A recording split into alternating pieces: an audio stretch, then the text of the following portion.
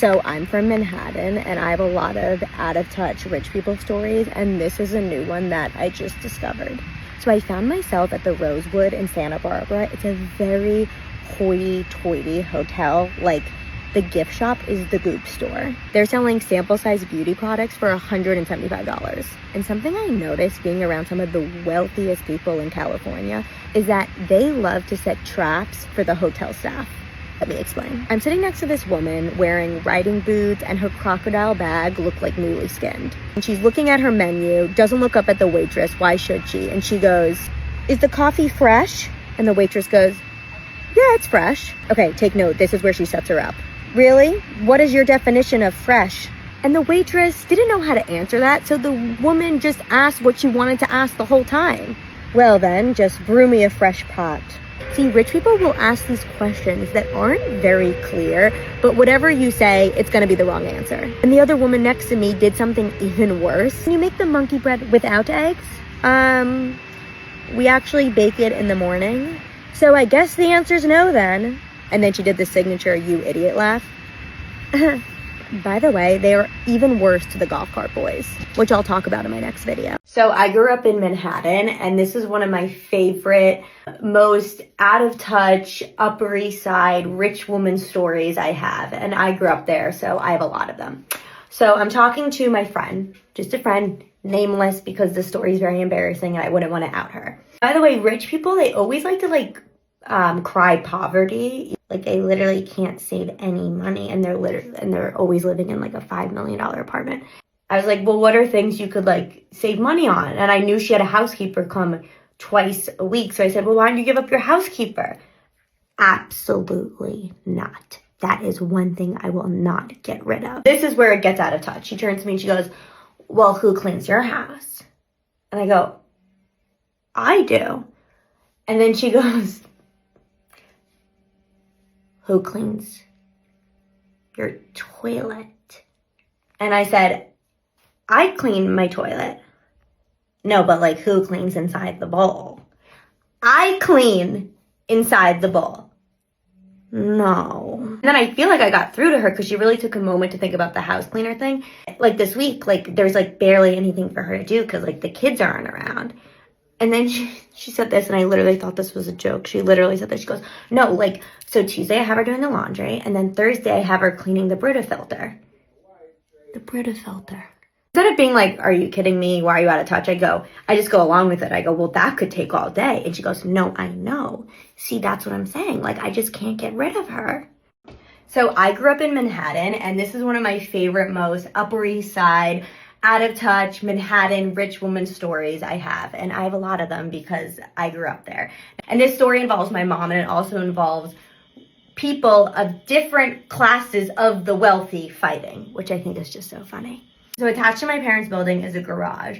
And every Sunday, my mom uses my dad's car because she owns a Pilates studio in Soho. Mom is with my aunt, and they call for my dad's car. And my mom really doesn't ever use my dad's car, but she's used it enough. That's very important to the story. She's used it enough. And my aunt the whole time is going, "Oh my God, Jay's car is it's amazing." There's stitching, and it's red leather. And my mom's just drinking her coffee, being, "Yes, he cleaned it. I guess it's really nice." Expensive tires, and it's just it's a pimped out car, okay? Downtown, they park the car, and then 10 minutes into being in Soho, my mom gets a call from my dad going, "Where the F are you?" And my mom goes, "What? I told you I'm downtown." Guys, he goes, "You stole someone's car." And she goes, "What do you mean?" "No, I took your car." "No, you didn't. You got into the wrong car in the garage." My mom, when she walked into the garage, she just saw the car. I think they were both Audis, okay? Now, we all know there's different levels of Audis you can have. I think they were both white Audis, but clearly in the inside, it was completely different to my dad's car, okay? My dad's "You better come back. The guy is fuming at you. Apparently, that's a $200,000 Audi."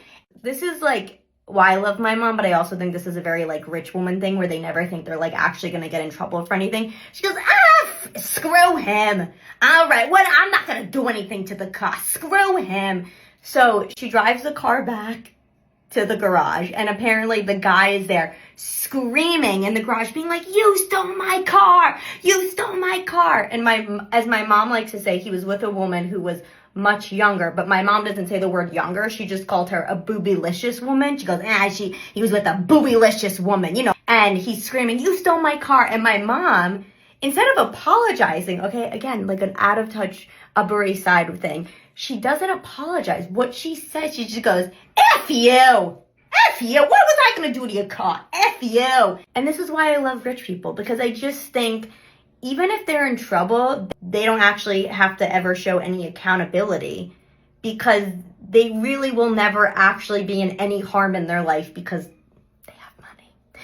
So I grew up in Manhattan, and this is one of my favorite, most out of touch, Upper East Side, rich people stories I have. And I have a lot of them because I grew up here. When rich women go shopping, I think it's like physically impossible for them to respect the stores. I wanted to go check out this like very bougie cashmere French store on the Upper East Side. And in walks this woman who just announces that she needs sweaters. Not even to like a specific sales associate, just to the store. How did I know she was rich? Because she started trying on the sweaters, but she never brought the sweaters to try on in the dressing room. She started undressing right there in the middle of the store and places all of her belongings on top of the folded cashmere sweaters.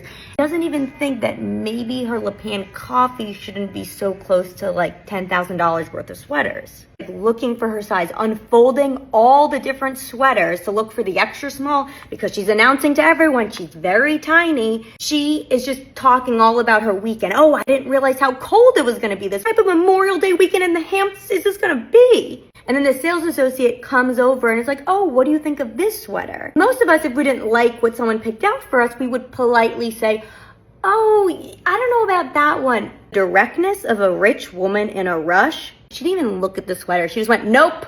My favorite thing this woman did, which I do see like a lot of rich women do, they think if they say the word excuse me to the sales associate multiple times, it makes up for the fact of how rudely they say it. Excuse me. Excuse me. The wave. Excuse me. And not at this store, but one time I saw a rich woman, I would say like almost be in a fight with, you know, those cable security tags that are usually like a coat, but it only goes that far to get it off the hanger, but she couldn't figure it out. And she's talking to the sales associate and she's like, what is this? And the lady's like, oh, it's a security tag. And the lady goes, why would you need this type of security? This is a boutique store on the Upper East Side. Who's stealing from here? Who is stealing from here? Your daughter and her friends from high school who can very well afford this coat, but think it's fun to steal. Enjoying these rich people stories. I am going to be putting them on stage in Los Angeles, July 24th at the Lyric Hyperion. If you live in Los Angeles or have friends that live in Los Angeles, tell them to come.